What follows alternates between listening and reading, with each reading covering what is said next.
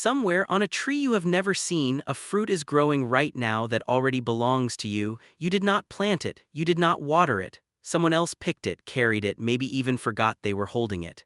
And still somehow it ends up in your hands. This is not a metaphor about luck. It is a far older idea, and once you understand it, you will start noticing it everywhere in your own life. Think about how strange the path of a single piece of fruit actually is.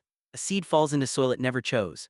Rain comes from clouds that formed thousands of miles away. Someone plants the tree without knowing who will eventually eat from it. Years pass. A stranger picks the fruit not for you just because it looked ripe.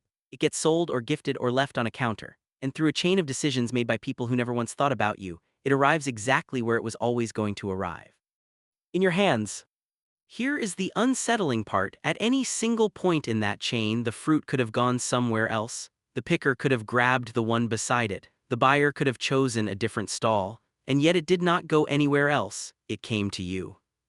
This idea shows up across centuries of philosophy in different forms. The Stoics called it fate intertwined with personal will, the idea that the universe unfolds according to a vast chain of cause and effect, and your role is simply to meet what arrives with the right response. Marcus Aurelius wrote in his private journal that everything that happens to you was, in some sense, already prepared for you, woven into the fabric of events long before you noticed it arriving. But the fruit theory adds something the old philosophy sometimes missed. It is not just about accepting what comes. It is about recognizing that what is genuinely yours does not require you to chase it through every hand it passes through. You do not need to control the soil, the rain, the picker, or the seller. You only need to be standing in the place where it eventually arrives. This reframes an enormous amount of human anxiety. So much of what people exhaust themselves over is essentially trying to control every hand the fruit passes through, a path that was never fully theirs to manage in the first place. The exhausting effort to force an opportunity, a relationship, or a piece of good fortune to arrive faster, or through a specific door, or from a specific person, often comes from forgetting that the fruit does not need your permission to find you. It only needs you to still be there when it does. This does not mean doing nothing. The tree still needs planting. The fruit still needs growing seasons. Effort is not removed from the equation, it is simply repositioned. Your job was never to control the entire orchard. Your job was to keep showing up, to keep tending whatever ground you can actually reach, and to trust that the specific fruit meant for your hands is already somewhere in the chain, moving toward you through people and circumstances you will never fully see or understand.